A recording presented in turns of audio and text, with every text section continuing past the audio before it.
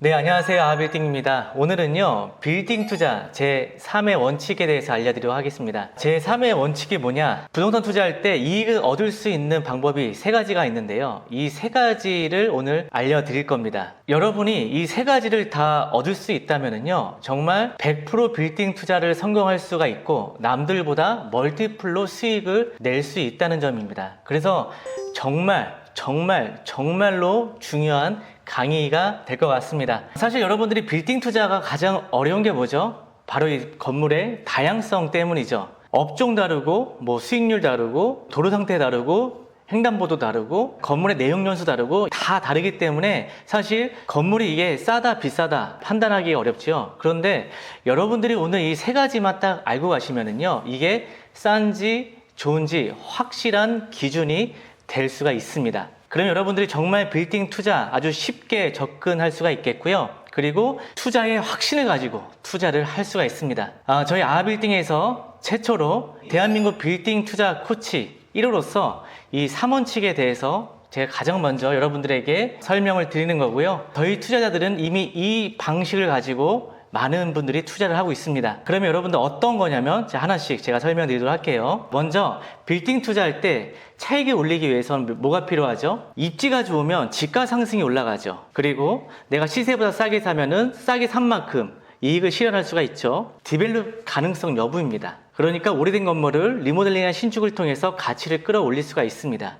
이 세 가지를 여러분들이 알고 가시면 확실하게 이게 좋은지 안 좋은지 판단이 되실 겁니다. 자, 그러면 제가 하나씩 설명을 드릴게요. 먼저 시세 이하입니다. 시세 이하로 사면은 여러분들이 싸게 산 만큼 차익을 실현할 수가 있죠. 그리고 안전 마진을 확보할 수가 있습니다. 자, 두 번째는 디벨롭 가능성 여부예요. 오래된 건물을 신축이나 리모델링을 통해서 가치를 끌어올릴 수가 있죠. 또한 내가 돈을 들이지 않고도 여러 방법으로 가치를 끌어올릴 수가 있는데요. 예를 들어서 임대료가 낮아요. 이거를 임대료를 올려서 건물 가치를 끌어올릴 수가 있겠고요. 주차장인데 상가로 바꿔서 이거를 가치 있게 끌어올릴 수가 있고, 안 좋은 업종을 좋은 임차 업종으로 바꾸면서 가치를 끌어올릴 수도 있겠고요. 광고판을 설치한다든지 아니면 옥상의 테라스나 이런 베란다 테라스를 잘 활용해서 임차인들한테 월세를 올려받아서 가치를 끌어올리는 방법 등 다양한 방법으로 디벨롭을 할 수가 있습니다. 자, 마지막 세 번째는 입지인데요. 자, 입지가 좋은 곳은 지가 상승을 하죠. 강남 같은 경우는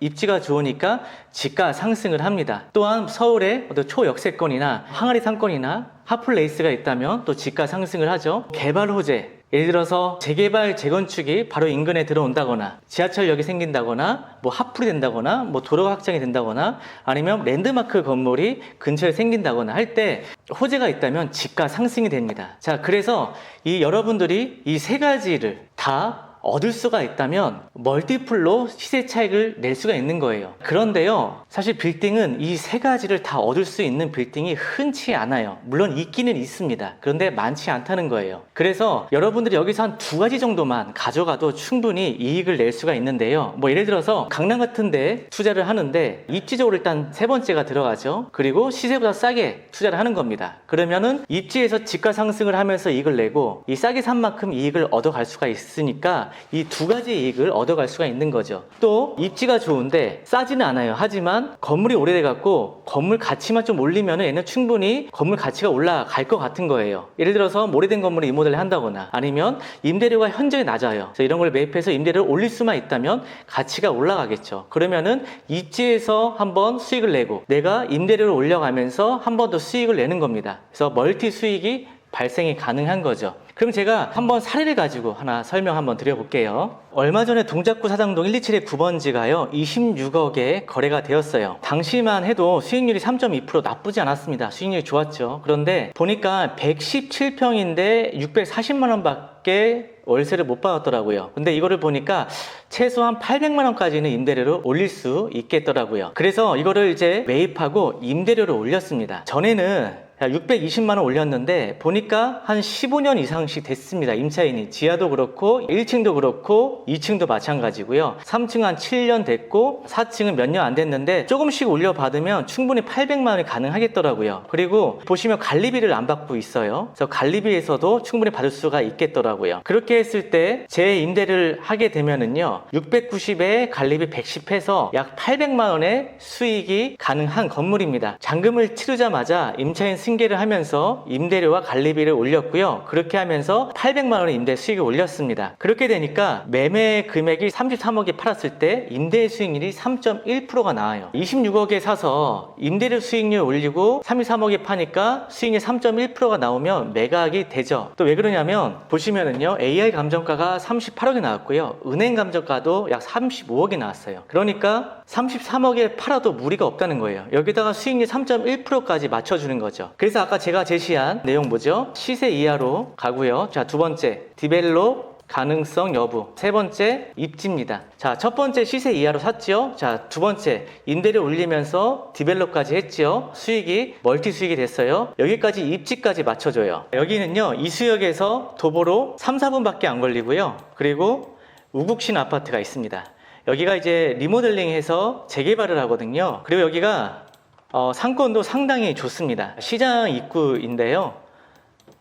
뒤에는 대형 이제 아파트가 있고요. 이렇게 학원가로 형성이 되어 있습니다. 바로 이 건물이거든요. 그래서 입지까지 맞춰주기 때문에 아까 제가 세 가지 제시한 3원칙, 시세 이하, 디벨롭 가능성 여부, 입지까지 이 세 가지를 모두 다 수익을 얻을 수가 있기 때문에 이런 건물이 확실하다는 겁니다. 그래서 얘는 26억에 사서 임대료 지금 3.1% 맞췄기 때문에 지금 33억에 시장에 내놓고 팔아도 임자 만나면 팔릴 수가 있는 거예요. 감정가도 35억 이상이니까 시세보다도 싼 거죠. 그러니까 이런 식으로 여러분들이 접근을 하시면 됩니다. 제가 실전 사례를 통해서 한번 보여드릴게요. 지금 네이버 부동산을 켰고요. 이 잠원동에 요게 좀 가능한 건물, 요걸 보니까 요 세 가지가 조금 이제 적합하다는 건물이 들었습니다. 일단 평당가는 9,500이면 현재 감정가 정도 수준이거든요. 그럼 감정가 수준이기 때문에 아주 싸지는 않지만 1번은 어느 정도 적합할 것 같아요. 2번에 디벨롭 가능성 여부. 현재 임대료가 조금 낮거든요. 그리고 건물도 오래되었고요. 그래서 요거 좀 리모델링 하거나 아니면 부분적으로 손만 봐도요, 임대료를 끌어올릴 수 있겠더라고요. 두 번째도 가능하죠. 자, 세 번째 입지. 논현역에서 한 5분 거리고 또 경부고속도로 공원화가 되면서 앞으로 호재도 있죠. 그렇기 때문에 입지까지 맞춰줍니다. 자, 또 하나 볼까요? 뭐 예를 들어서 이 건물이 나왔는데 평당가가 1억 9천이에요. 자, 이면인데 평당가 1억 9천이면은요, 상당히 비싸죠. 그리고 91년도 건물이고요. 이런 거는 일단 시세 이하가 안 됩니다. 1번이 안 되고, 자, 3번은 되고 2번은 되겠죠. 3번과 2번만 되는 거예요. 2번을 했을 때 얘가 91년도 건물인데 리모델링해서 임대료를 얘가 상당히 끌어올릴 수 있을지 분석을 해봐야 됩니다. 그런데 164평에 100억에 사서 아무리 이거 임대료 올려도 2천만 원이거든요. 그러면 100억에 사서 원가가 110억인데 뭐 취득세, 뭐 부대 비용 넣으면은요, 그 130억, 150억에 팔아야 되는데 단가가 안 나오겠죠. 그래서 얘는 3번밖에 안 되는 거예요. 단지 지가 상승으로밖에 올라갈 수밖에 없는 거죠. 이번에는요, 서울 외곽을 좀 볼게요. 여기는 강서구 하곡동인데요. 하곡역에서 거리가 좀 있습니다. 그리고 대로변이 하지만 약간 흐르는 지역이죠. 그래서 입지가 조금 다소 빠집니다. 그러면은 자, 세 번째는 해당이 안 되는 거예요. 그러면 시세 이하 그리고 디벨롭 가능성 여부, 이 두 가지 수익만 얻을 수가 있겠죠. 그럼 시세 이하로 봤을 때 예를 들어서 지금 요게 뭐 6,200, 5,700 4,500인데 횡단보도 앞에 4,500짜리가 있어요. 그러면 조금 시세 이하다라고 판단할 수가 있겠죠. 시세 이하라고 칠게요. 얘 시세 이하고 지금 평수가 약 19평이에요. 아, 얘는 보니까 무조건 신축을 해야 돼요.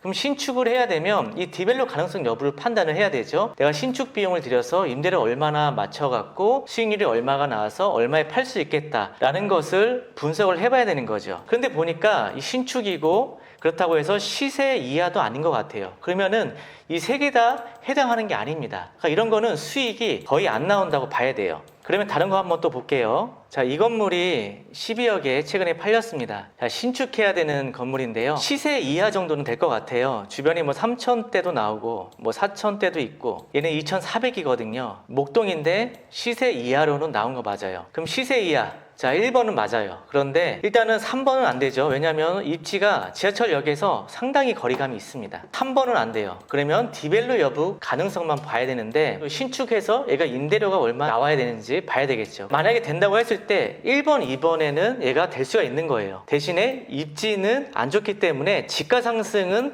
하기가 어렵죠. 3원 측이 가장 중요해요. 일단 입지가 기반이 되어야 그 다음에 1번이든 2번이든 해서 찾아가야 되는 겁니다. 세 가지를 다 얻는 건 어렵지만 대신에 입지가 좋고 아니면 두 번째 디벨롭 가능성 여부가 있거나 이 두 가지만 얻어도 실패 없는 투자를 할 수가 있는 겁니다. 만약에 입지는 별론데 보니까 굉장히 싸게 나왔어. 시세 이하가 아니고 정말 시세보다 더 싸게 나왔어. 그러면은 이런 것들은 그만큼 내가 차익 실현을 할 수 있는 금액이 되기 때문에 이런 거는 가능합니다. 입지가 안 좋다면은 시세보다 완전히 싸거나 적당히 싸면은 입지에 대한 지가 상승을 얻을 수가 없는 거죠.